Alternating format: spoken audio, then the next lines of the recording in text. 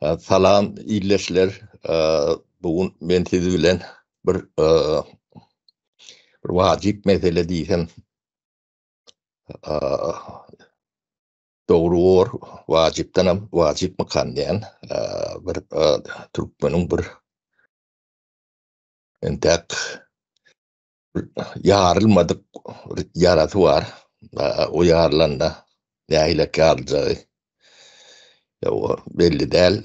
Şo barada bir gurrun golgaýyn diýdim. Ýani problemany nähile bolsa bir badygyny belli etsen, üstüne açsan, onu gündeme çıkarsan problemaň getirjek delillerini öňüne alyp bolýar-da. Şo maksat bilen men şu meseleni gozgaýyn diýdim. Buňa düşünmämiz üçin ilk bilek bir size bir ses eşitdireýin. Ýigitlerden haýyş edeli şo sesi göberseňiz. Bizler şu kartoşkanı ekende izine şalı ekip, yankı şalıdan kartoşkadan görecek ziyanlarınız var, yapasılar, şalını kalkoza tapşırasılar diyen yok, kalkoza alamanam diyen yok. Şalını akip öyünüzlere alasılardan, şu kartoşkadan köp ziyan göresiler, şu ziyanı yapasılar, şu şalıga pulam tölemisiller kalkoz üçün dep bizlere söz beribektirdi. Soňan bolsa ine o özünün planını hökmetden denesini, dökünlerini alan yerlerini satıp adamlara. Soň şolaryň ornuna bizleriň yerimizi koşuýberen. Bulary bilesiler, soňky çyslolar bilen hem dokumentler oňar teşkil berediler ötüp giden çyslo bilen. Şonda gedip ine şalymyzy hem alyp gitdiler elimizden. Bizler indi kartoşkadan gören ziyanlarymyzy hem yapıp bilinmez. Ýene kartoşkadan soň şalyga çykda jetdik bir giden kars pul alyp. Soň şo şallary hem ine alıp giderler. Onu alan bilen dahot verendiler. Onu hem 50%, 60% skit ederdiler. Musurlu dedi, penallı, ızgarlı. Näme var? Bunu kurutmalı, agramını 10 tonna eltip zat versen eltetdana 5 tonna zat görkezediler. Bizlere şonun üçün şalyga şertnama hem ettirmedi. Şertnama geremez. Şonu kartoşkanın şertnamasında dekabrın 31'inde içerli sizler yerden kanaka peýdalansaňyzlar peýdalanmaly dep aýdanty. Şertnama hem edilmedi şonun üçün şalyga soň aýdady. Şertnamasy şaly bu yer samazakvada giredi. Dawa etseňizler basylyp gidesizler. Sizler basadylar. Oturup gelesizler, palan edesizler, idişnaka zaýdyp korkuzup dawa edip narda atyzda ýa 2-3 arendatoryň şonda edip aldylar şalysyny. Indi narkolu bilen ikimize gezek. Bizler hem davalaşıp barmen durdik şu orağının üstüne. Şu bizler barmasa hem oru alıp gittiler. Bizler samazakvat edipmişik. Dava etsek bizler basılıp gitmelimişik. Tamam. Howa. Ne illeşler dinlediňiz. Howa. Dänu etrapında bolýan hadise bu arada habaram çıkandır Telegram'da. O eyleki hasayam haberlerde de badır o mecliste de urun edildi. Kurucu mecliste. Ýöne neme ýalak görünýär-de. Bir daýhanyň ýa-da bir tanak daýhanyň ýa-da bir kalhodyň içindäki problema ýalak kabul edýär. Bizim türkmenimiziň beýin ýapysy, ýani pikir etme stili diýinmi ýa-da ýatkynlygy o şojaga diýeri, ýani durna ýalpak tarelkadan suw berilen ýalak beýin çalışma sistemi bar türkmeniň. Gynansaňam şo derece ýetiripdirler. Bu da bir bunu eden adamlara bilmedim. Teşekkür aydılmaz bolýan ýöne o wish pilotaj diýýärden maksatlaryna ýetipdirler diýmek bolýar. Birinciden ýani däne etrapynda taryhyna teredip görüň.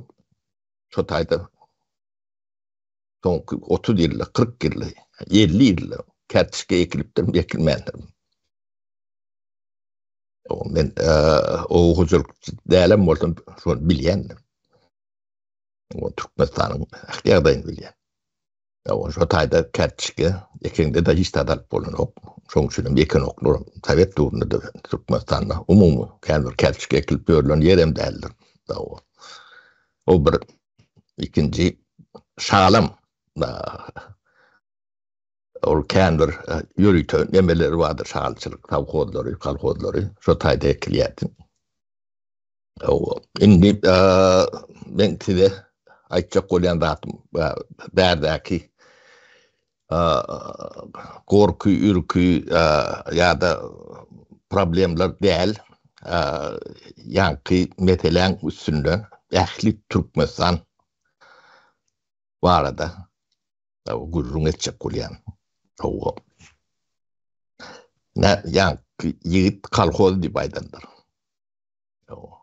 Kalhozyň başlygy diýe. Plan berdi diýe. Bu nekin soň o nekin diýip diýe. Indi siz bir kalendara teretip görüň.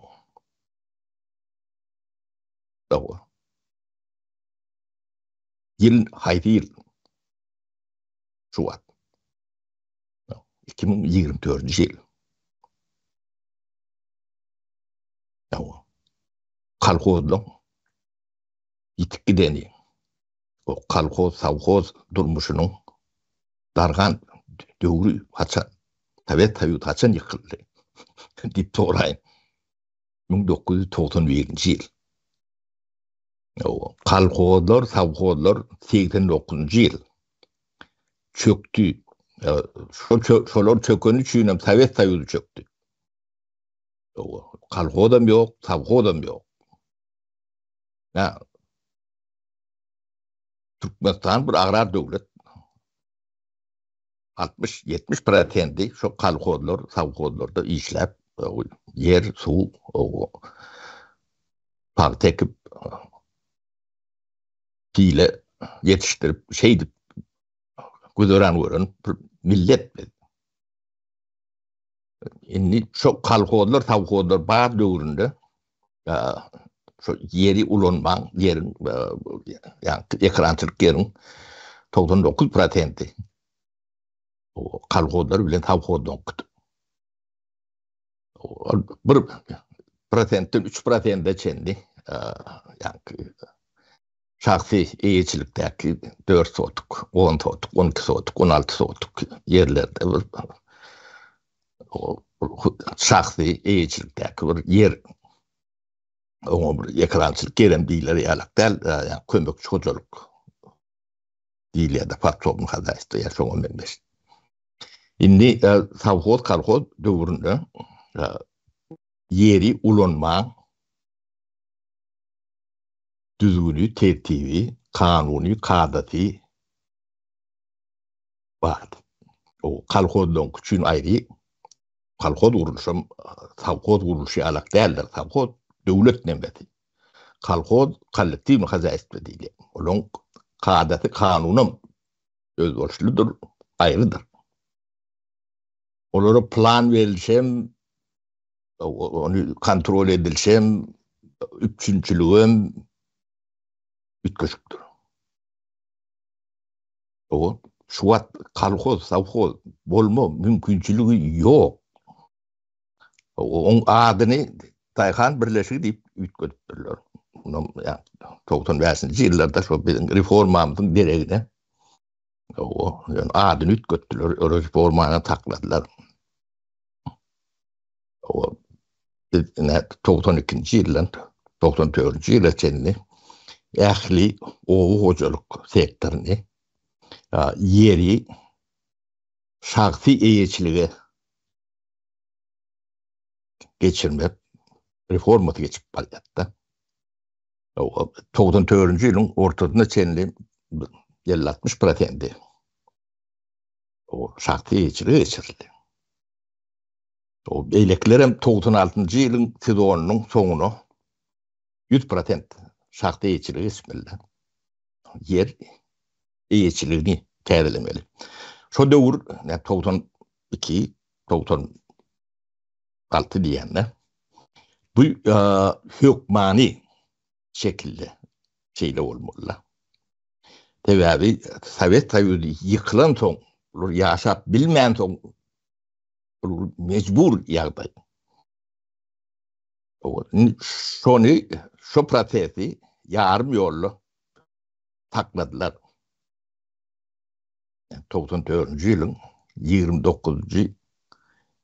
iyuluna şu prosesi ulu yani Sovet Ministerliği yani kabinet ministerliğinin o Raşir'in zasedanı değil ya da Yinşleyin meclisinde yani şu reformu prosesini resmi yatırdılar. O bir daha işten ayırdılar onu. O iki tane adam oydular. Onun yani o bu hocalığından yani onu reformu geçirmeden demeden düğünün kompetenteleri yok adamlar. Onu biz biliyoruz. Onların tanap dört bire kakada raykom olup görün. Reis balkom olup görün. Deme. Tağan durdu. Olayımız adı şu an. Doğru adımı düşünük. Ben gelmedi. Gelen familyetinden bile yok. O da meclisi yani bir komitetin başlığı. O fayda komitetin bilmem bilem yok. Onun yönü yani reform edip bilecek. Ya, o düşüncelere sahip, o bilgiye sahip adamlarım derler düğünden. O şey diyorum yani o bu hocalığın memesini yer su reformasını sakladılar. O da saklananların memesi o düşünülüşü ölçü bağ olmağı mümkün. Onu bilem yok. Onu halka hiç kim beyan eden yerleri yok. O yönü bilen erved adam yemetinde oğru, kümrü, yine bir soğulu realak deme bilen o karalama demeleri var. Biz onu da hiç bir başkalarım yok. O burada diyen oldular. Şular bilenler dik koyduk da. O indi bunu ne için ben tarihine edip veriyenler. O tarihine edip veriyenin büyük sebebi Türkmenistan'la kanun lilendat yok, düğünün yok. Onu talabım yok. Ne için yoktuğunu onun sorgulasan has düğüne gitmeli oluyan da. Bunlar yani Türkmenistan'ın konstitüsyosunu yatırdılar. O kanunun işlemeyeninin büyük sebebi şudur. Şimdi biz bu kanun meselesini bir kara koyuyoruz. Okey. Şimdi yankı Dayhan'ın yağdayına gelelim. Şu Dayhan'ın misali şunu ehli Türkmenistan'a köpürdük bilirsiniz.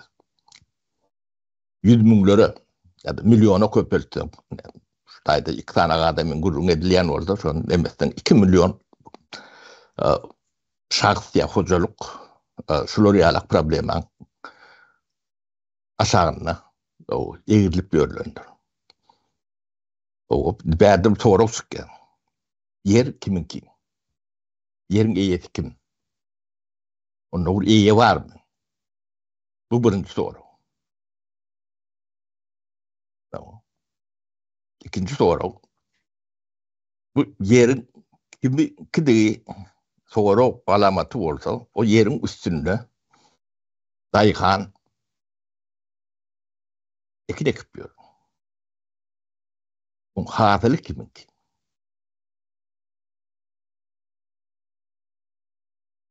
Bu da bir soru alamatı. Kalkoz yok olsa o bunlar bağır edip korku diyorlar. Dayhan birleşi diyorlar şu kalkoz duruyor diyorlar. Yok. Yani Sovet Soyuzu bilen bile gitti. O kalkozlarım, tavkozlarım pembeten. O yer işleme, yani ulanma, düzgün tertiplerim çok bile gitti. O sondan son yeri ne edip ulanmalı? Bu cevapkar kim, eyesi kim, bu ulanış, gödevçiliğini kim ediyor? diýilen bir sürü normativ nemeler bolýandyr. Kada kanunlar, düzgünler. O şolar çykdy murtabam. Bilýän barmy şonu? O bilýän ýok. Gynansaňam ýok. Halkyň aglaby bölegi oga ýerdiň adamlar. 70% ağrından şo taýdan çörek ýýär. Pojoruny ekliýär. Maskalatyny ekliýär. Öýüni talýar, jaýyny talýar, günni görýär. 70% demek Türkmenistan'ın hem bestiyeni alıp yere. Şolur ötüşün alyan. İnnik daygan önüm öndürüyor. O önümü onku değil olup çıkıyor. Ne ayda oturuyor. O Allah yoluyla kerçkek diyorlar. O plan verdik Mehmet'tik. O kerçkede bitmeyen yer. Ekilmeyen yer. Kolon kerçkek bir tecrübem yok. Onu ben bilyen. Türkmenistan'da kerçkek riyala kerçkek tohum yoktur. Onu yani Türkmenistan'ın devlet yadı. O çok niteliği yani onu bilmeyen olmak için öyle. Türkmenistan'da kerçken yani tohum kerçken demesi yoktur. Bizim dövrümüzde şunu işletmiyorduk da.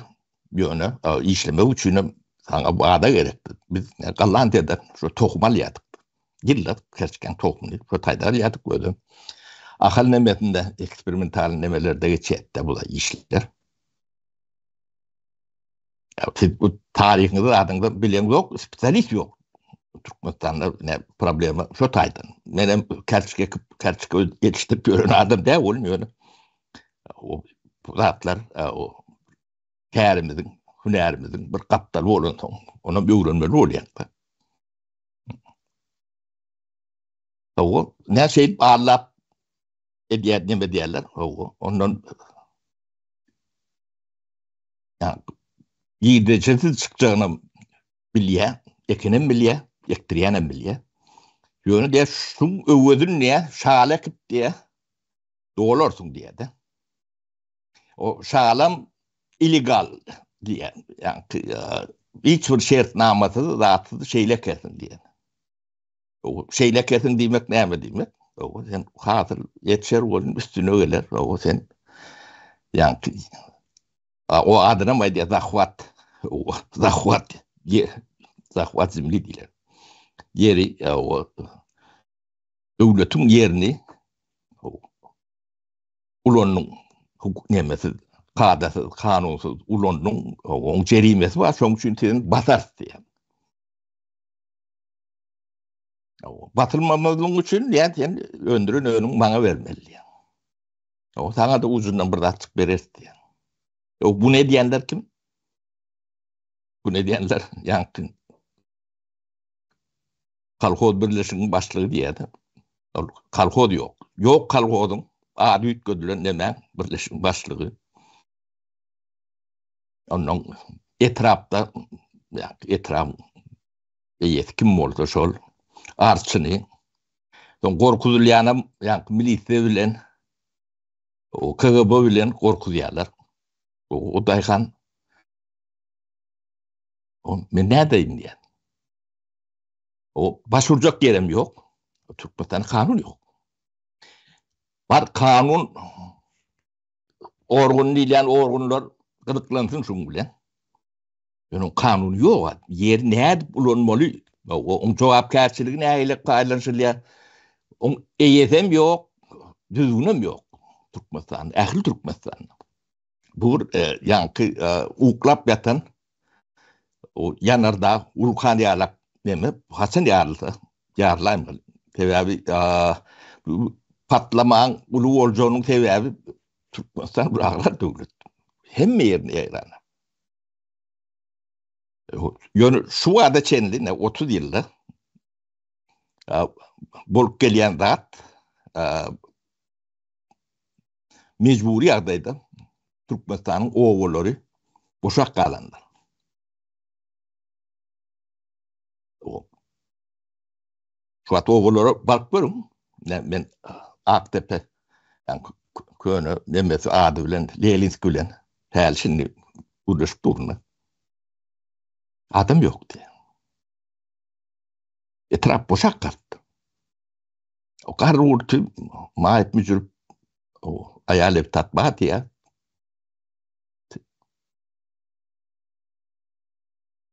Taşına çık bilmem kalan nemesi. Kalan hem beceri. Bir yerlerde dinle. O kez Türkiye'de Ortiyette yeni o yerlerde. Ama bu yankı yemeyen sebebi şu düğüp demesi. O adamlar bir yerde çürüğünden bala. O şu an Türkmenistan'ın adayında yer hiç kim ki devletin bir diğerler. Yani devlet yok. Devlet, ha olsa devlet demek halk demektir. O Türkmenler yani devlet bilen hükümetin arasını açıp bilen oklarda. Hükümet olsa devlet duruyor diye. Yok. Devlet halktır. O devletin eğitim halktır. Yok. Hükümet Tayland geliyor, gidiyor. Yok. İşine diye kuvvetli. Kitap var. O hakkı var. O kuvvet mesela yerinden başkası gelmeli. Yani o da dönem yok da. Ne Türkmenistan'da konstitusyon yatırılandığının suutnamattır. O devlet diyen dat kuruluş bir hükümetten mübarek değildir. Devletin giden kuruluşları vardır. O bir prezidentten mübarek değildir. Bir kabinet ministerden mübarek değildir. Devletin onlarca, belki de yüzlerce kuruluşları vardır. Onun o kuruluşlar yerlerde de vardır. O şu kuruluşların kadeti, kanunu, düzgünü olmalıdır. Devlet şey de işleyen. Onların aşağına kanun. En son deme etaat kanunu gelip diyenler, konstitüsyon. Etaatı narratifle şu taydan ediyenler. O konstitüsyon yatırılan orada aşağım yetti. Onun aşağım yetti. Şu an yine yankı problemani devlet kuruluşu çözmeli. O devlet hayatı kuruluşu çözmeli. Ne şu tayda yerli hükümet olmalı. Bilen. Bunu yettiren şu yerli hükümeti bu yönden. Bu yekece bir adetten aşağı hadise olsa bu bir lokal demesi yok. Bunu yöne ehli Türkmenistan'a köperseniz o yani Dayhan'ın Dehmet'in üstüne o 50 sotoğun ya da güç da vuruydu bir yeti bolun çok ya. Bir kulçuruktunum bu tütlük korkunç tatta. O neyme de olsa hakkını, hukukunu öz bilmese de iyisi biliyor da. Karnı dok olmalı, o ellerini dok oraya tünüğü olmalı. Yalana skezmedi yalak, eşi olmalı. Dilen bir, yani kulu eğitinin oraya öz dörüyen bir cevapkarçılığı var da. O cevapkarçılığın birden geliyor, az olsa işlen yok. Yani öndürücülüğü yok. O yalana skezdirip bolun yok. O kış üşer, tomuz yanar dilen yalak nemeleri var da tabii. O yönü bizim şu hat Dayhan diyen dememizin şu şartlarım yoktu. Lor kuşun yırtanında kuş verecek yok var. Yok orada stadi yaşa ver diyenem yok. Yani en gıdıklı dadı o yıkılık gidilen dağıtılan adı bilen yani halkoz diye Yok kalkoz. Şoları ulanıp yani plan niye? O planı plan hasan yatırılı. Suat gos plan var mı Türkmenistan'da? Soran. Yok. Plan kim veriyor? O plan veriyen adam kanun da adından vermeli. Kağıdını, kanunu, düzgününü, materyalini, teknikini hem mi adını? Onun aydı otuyor ne? Tuğumuza da pulumuzu töledik. Dökünümüze de, beyleke de, tohumuna da, dermanına, değertine de özümüz töledik. Yani. O özümüz töledik diymesi, yani kalkozun yokluğu, suutnamatı şol. O kalkozda beylerat bulun o. Bolman, şonu bileyen ne? Kalkozun yoktuğunu, o men bileyen. O siz ne etip bilen yok? Ne, şu neme neticede şeyler yarılmalı. Bu neylek derecede yarılacağını o mene gözüne getirip bilem o. Sebebi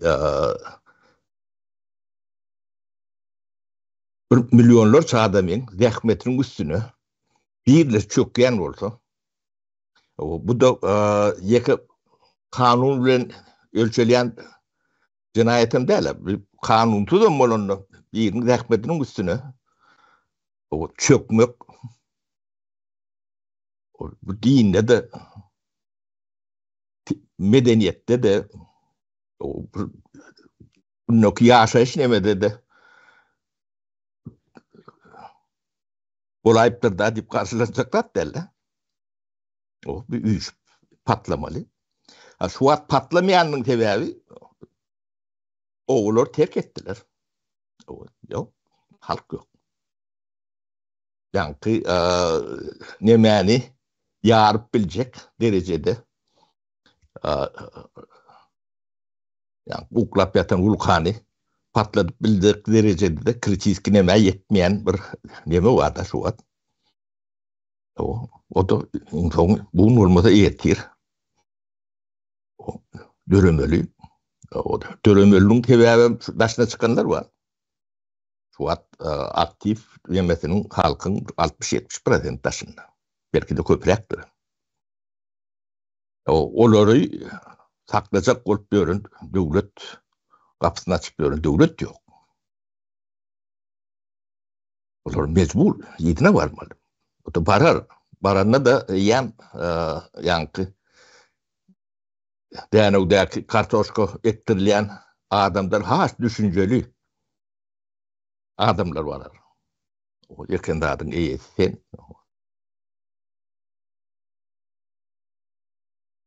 O şoň üçin neme şu mesele men bir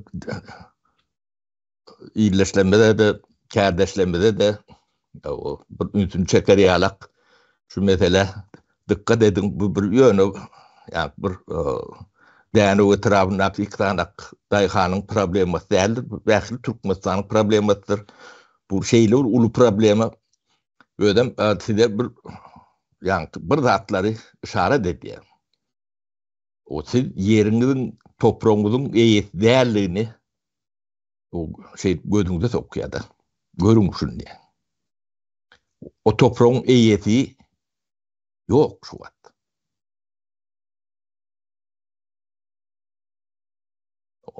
O iyisi toprağı düzgünsüz, tertipsiz ullanma bir nemesi var da probleması var.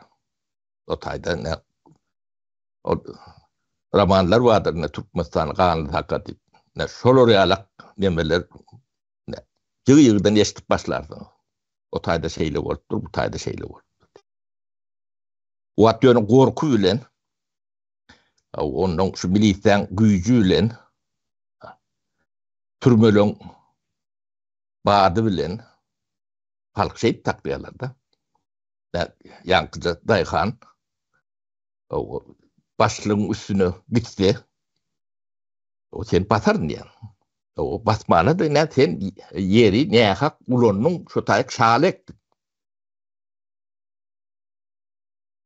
O devletin yerine gasp ettin diye de ele geçirdin ulonun. O mümkün. Yani devletin yeri değilen de adam yoktur. Ne mesela kanunları seyretseniz. Yani onu seyretmediler, onu basarlar. Şöyle realak yüngülörçe batıran adamlar var. İyileştiler. Yüngülörçe. Yani şöyle realakın hakkında yaşap gören yine de yüngülörçe nankörler var. Onun adına birine men arçın diye, o birine men etrafın başlığı diye, men şu etrafın polisiyesi diye, milisiyesi diye, kağıbası diye. Şöyle şey beklenmiyor. O devletin ailesiyle olan yaşaması görüp duran. Bu devletin o avat yeri sanap diyor, oğlum avat yerden çıkan o. Bir de üstünden varam da yok.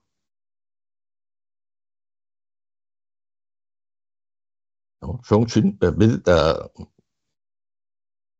toprağımıza iyi çıkmalık, toprağımıza iyi çıksak, yurdumuza iyi çıkacağız. Yani kansiyon kuruluşu Cumhuriyetimizi dikeltmeli. Bu nemesi en sonu direkt yani konstitüsya geliyor da Cumhuriyete geliyor. Şunun yatıran Cumhuriyeti var. Has doğrusu yıkan Cumhuriyeti diye divayden. Yani şu Cumhuriyet dikelmese onun iyiliğinden bolayan dağıtlar ne şu dağıtlar. Burada adına sonu patlamalı.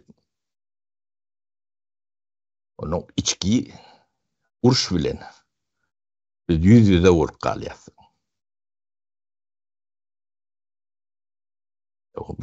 Şu yeri halka paylaşacak olsam katullu kan işte ne problemadır.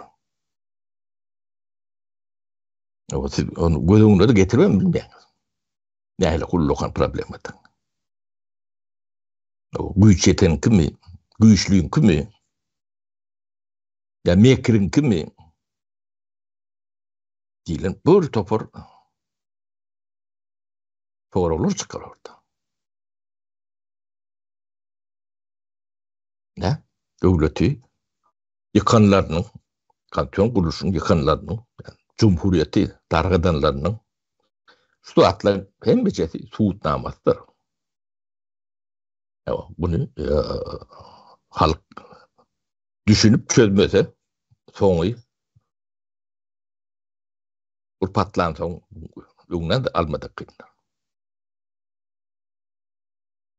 Şu at dine militen gücüyle, polisyen gücüyle, korkun gücüyle idare ediyorlar da. O militen kanının kendiliğim sonlanır. O türmelerin için doğruluğum sonlanır. O halkı kısıp taşına çıkarayanlarının büyüğü sonlanır. O taydakların yani çıkarayanların pul kadar valla. Onu doğrulaştırıp hemen o elini punal yandırlar. Yani eden yeri yani normal adam olup Türkmen olup bir yerik ettiği toyunu şeyde onu bilip yaşat bilmese bu millet. Ama bunu biz düşünüp çözmeli. O çözümün emreti bir hükümet başarayan hiç tadı yok. Başaracak adam yok. Bu hükümette de o mengiyen yer yok. Kada kanunuyla hiçbir nemeti yok. Aragatta şu yok da. Bir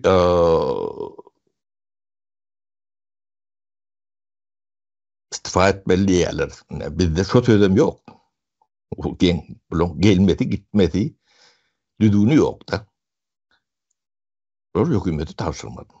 Bunu yani düzgünlü tertipli geçeriyarak ilk kurucu meclise tavsırıya geçici o nemeni regulür dederiyarak saylowlarda saylanıp yani saylow sistemasini kurup düzgün tertibini demedip o devlet şekline salma prosesine başlamalı. Bu da vakt alır. O birine olayan da derler. Siz bu derecede birine yetmediniz. 30 yıl sizi getirdiler. De. O garip gati yani yer bilen işleyen milletimiz, halkımız, bizim doğumluğumuz. Onların arz edip bilecek yerim yok da. Bunu prosesen haber veren bizim iyileşlerimiz.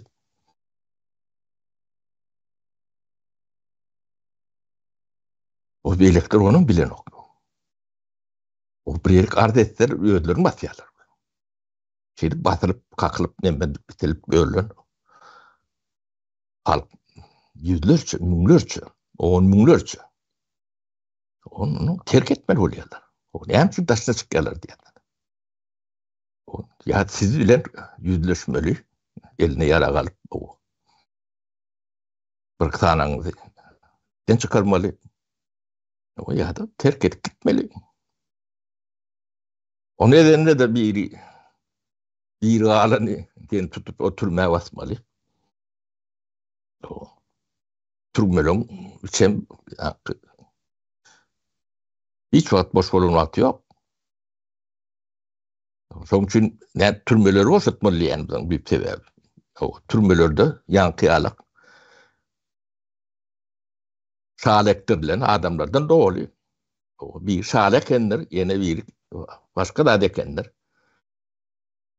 O yani, analiz ettiğinde 70-80% şudur.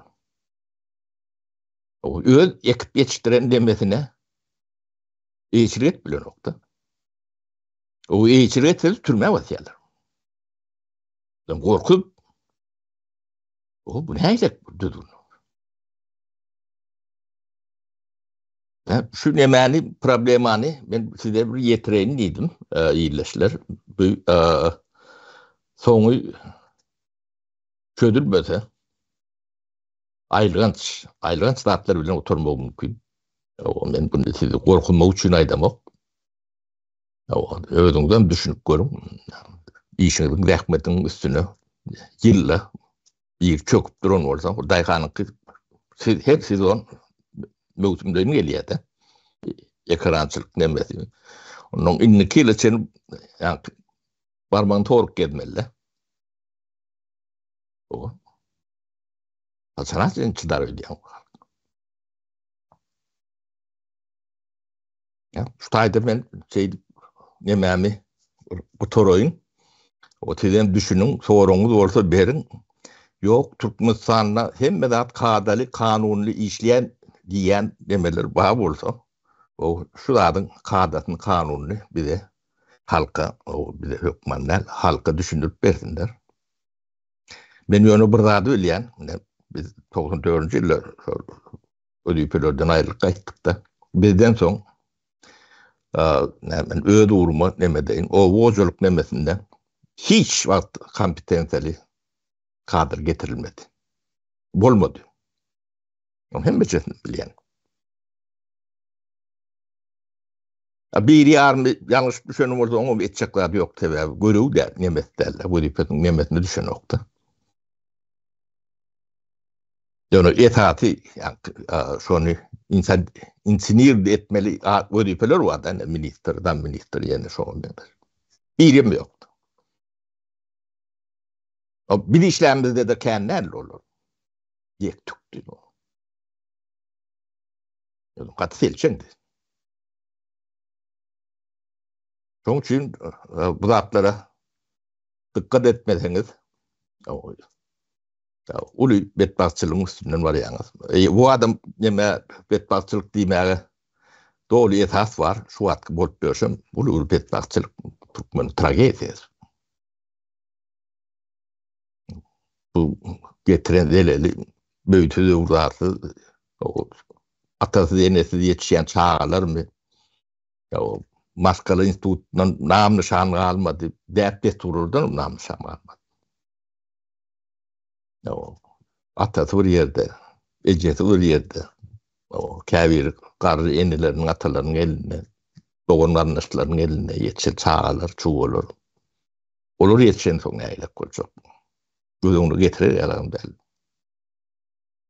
O men ştaýda gutaraýyn bolmasa bu aňyrsy gaty gynasly, sag bolun, iýleşler, saglypda görüşeliň. Şolary arada pikirleňiz ýazyň, kommentariýlarda ýazyň. O bize ýetirin, bu çözülmeli meselelerdir. Sag bolun, saglykda görüşeliň.